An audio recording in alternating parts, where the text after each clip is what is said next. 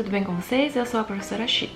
Hoje nós vamos falar um pouquinho sobre o que é chinês tradicional e o que é chinês simplificado. Muitos alunos, antes de me procurar, já ouviram falar chinês simplificado, tradicional, ou quando você vai tentar instalar um teclado no celular ou no notebook, computador, e vê lá que tá escrito chinês simplificado, tradicional, e ficam na dúvida, ué, por que tem dois diferentes, né?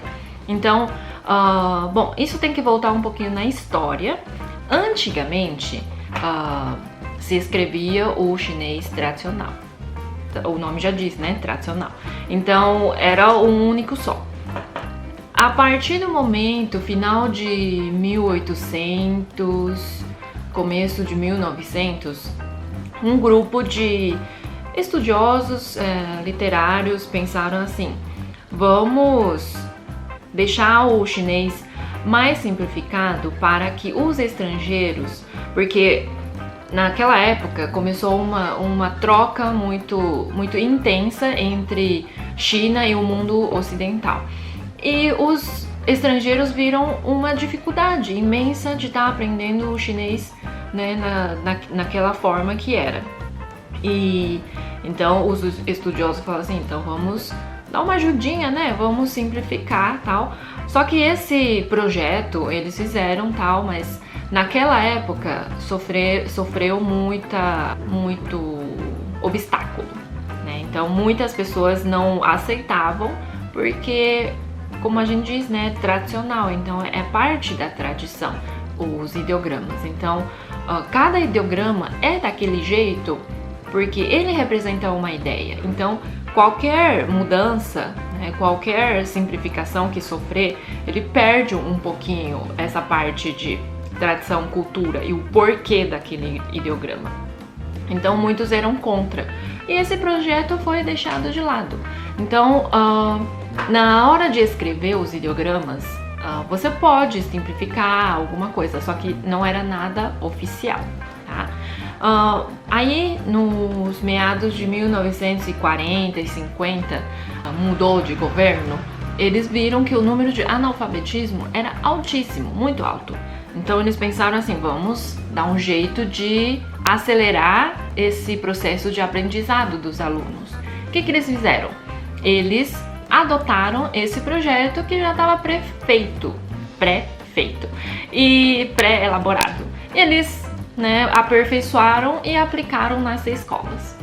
E deu certo. Então as pessoas conseguiram aprender com mais rapidez, porque um ideograma que de repente tinha 10 traços, simplificaram para 5, né? Simplificaram para 2. Então, com essa simplificação, os alunos conseguiam decorar e escrever com mais rapidez, e com isso passaram a ler e escrever com mais facilidade. Isso também ajudou muito. Hoje, né, quando os estrangeiros vão aprender os ideogramas, ficou bem mais fácil, né? E tá, mas onde que é usado o chinês simplificado e onde que é usado o chinês tradicional? Em Taiwan, né, porque houve uma guerra e tal, né, e o governo antigo recuou até Taiwan e nós continuamos usando o chinês tradicional. Então, eu que sou de Taiwan, nós usamos o chinês tradicional. Se você for trabalhar ou estudar para a China, aí você tem que aprender o chinês simplificado, porque lá foi adotado essa simplificação para melhorar o analfabetismo. Essa palavra é difícil em português. Mas Hong Kong e Macau, mesmo fazendo parte da China, se usa o chinês tradicional. Então isso tem que tomar um pouquinho de cuidado. Eu vou para Hong Kong, então vou aprender o chinês simplificado. Não, lá é usado o tradicional. E aí tem diferença na hora de falar? Muito bem. É a mesma coisa que um brasileiro e um português. Vocês falam a mesma língua, que é a língua portuguesa, só que tem um uso de palavras diferentes. Já ouvi palavras engraçadas que são bem diferentes, mas isso é, bom, outro assunto. E sotaque diferente. Então, chinês da China e o chinês de Taiwan é a mesma coisa. Para começar, a língua oficial de Taiwan é também língua chinesa. Muitos perguntam, você fala taiwanês? Sim, nós temos o dialeto taiwanês, só que a língua oficial é o mandarim, tá? A língua chinesa é a língua oficial de Taiwan. Mas enfim, nós falamos a mesma língua, mas questão de sotaque, uso de palavras diferente, mas a hora de escrever também. Em Taiwan nós usamos chinês tradicional e na China, chinês simplificado. Nós conseguimos ler os dois ideogramas, mas às vezes você fica meio na dúvida, ué, qual ideograma que é esse? Mas no contexto, o cérebro vai decifrando e vai decodificando. Então, você acaba entendendo. Sabe aquela brincadeira de...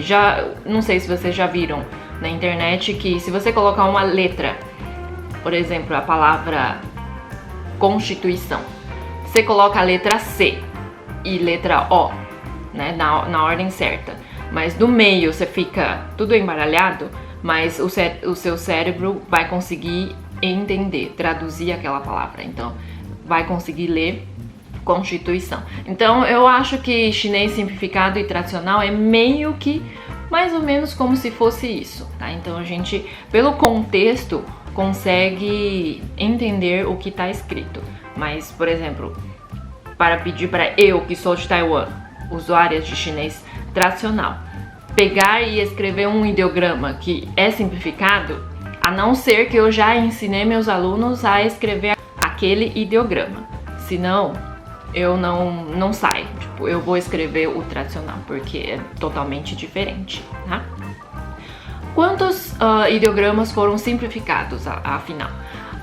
Eu fiz uma pesquisa, mostra pra gente que tem em torno de 517 ideogramas simplificados.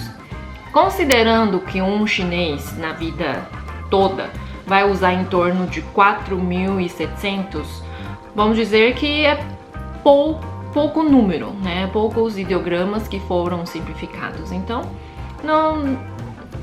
por isso que mais um ponto de que mostra que a gente consegue ler, né, uma escrita ou outra, porque só tem poucos ideogramas diferentes, né?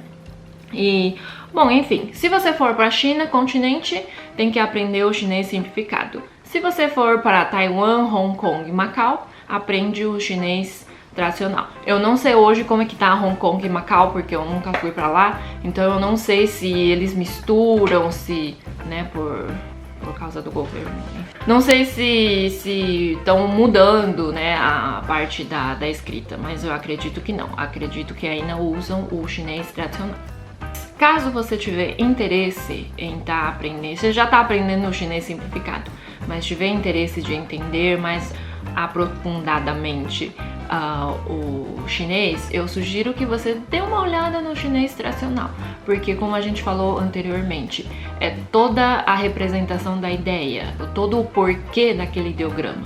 Então, muitas palavras, eu vou confessar, que perderam o seu significado porque foi simplificado, tá? Então, muitos ideogramas não tem mais aquele contexto, aquela ideia, né? Porque foi simplificado.